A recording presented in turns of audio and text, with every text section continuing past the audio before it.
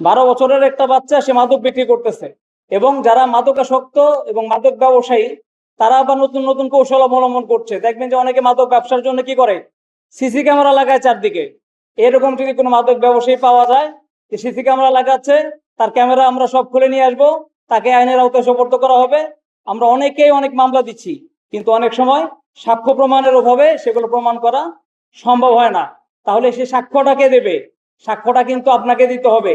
Police যখন আসামি গ্রেপ্তার করে, যখন আপনাকে বলি ভাই আপনি সাক্ষ্য দেন, আপনি পিছিয়ে 5 পা পেছনে চলে যান, যদি তাই করেন তাহলে কিন্তু এই সমাজ থেকে দুর্নীতি, অপব্যবহার, অপরাধীদের নিয়ন্ত্রণ করা, মাদক ব্যবসায়ীদের নিয়ন্ত্রণ করা সম্ভব হবে না। আপনারা এগিয়ে আসবেন, সচেতন যারা আছেন, যারা আয়োজন করেছেন তারা এগিয়ে আসবেন। আমরা সবাই মিলে যদি কাজ করি তাহলে দেশটা সুন্দর হবে। মাননীয় প্রধানমন্ত্রী দেখেন কত নিয়ম মেনে চলেন তিনি, এই যে সকল প্রোটোকল ভেঙে দিয়ে কি করছেন, কোনো প্রোটোকল তিনি নিচ্ছেন না, একদম সামান্য সাধারণ নাগরিকের মতো রাস্তায় চলাচল করছেন। অথচ আমরা কি করি, আমরা সবাই কেউ আইন মানতে চাই না। এআই ক্যামেরা লাগানো হয়েছে কেন? যেন কেউ সিগন্যাল ভায়োলেট না করে। অথচ দেখবেন কি নানাভাবে, নানা উসিলায়, কেউ স্কচটেপ দিয়ে নাম্বার প্লেট ঢাকে, কেউ ব্যাগ দিয়ে নাম্বার প্লেট ঢাকে, কেউ হেলমেট দিয়ে নাম্বার প্লেট ঢেকে তারা কি করতে চায়, ট্রাফিক রুল ভেঙে করে ট্রাফিক রুল ভাঙতে চায়, বিশৃঙ্খলা সৃষ্টি করতে চায়।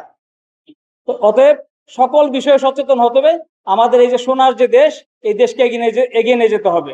আমাদের সম্মানিত প্রশাসক মহোদয়ের সাথে ইতিপূর্বে আরো একটি সভায় আমার কথা হয়েছে।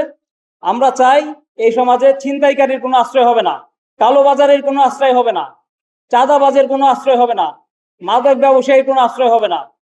সেই জন্য আমরা অনেক ব্যবস্থা নিয়েছি, টহল জোরদার করা হয়েছে। কিন্তু ইতিপূর্বেও বলেছি, আবারও বলছি, আমাদের সমাজে যে পরিমাণ মানুষ আছে তার চেয়ে পুলিশের সংখ্যা খুবই কম। তো সেই জন্য আপনারা সবাই হেল্প করবেন। ইতিমধ্যে মাননীয় প্রশাসক মহোদয় বলেছেন তিনি আমাদের সিসি ক্যামেরা লাগানোর বিষয়ে সহায়তা করবেন। ডিজিটাল সার্ভিলেন্স করা সম্ভব হলে আমরা এই অপরাধীদের আইনের আওতায় আনা অনেক সহজ হবে। আমাকে আজকের অনুষ্ঠানে দাওয়াত দেওয়ার জন্য আয়োজকদের ধন্যবাদ জানাচ্ছি। আর আপনারা যারা ধৈর্য ধারণ করে আজকের এই বক্তব্য শুনলেন, বৃষ্টিতে ভিজে যারা বক্তব্য শুনলেন, তাদের নিকট বিশেষ কৃতজ্ঞতা। সবাই ভালো থাকবেন। আমরা চাই আমাদের দেশটা এগিয়ে যাবে, সেই জন্য সবাই আন্তরিকভাবে এগিয়ে যাবেন, আমাদের সহায়তা করবেন। ধন্যবাদ সবাইকে।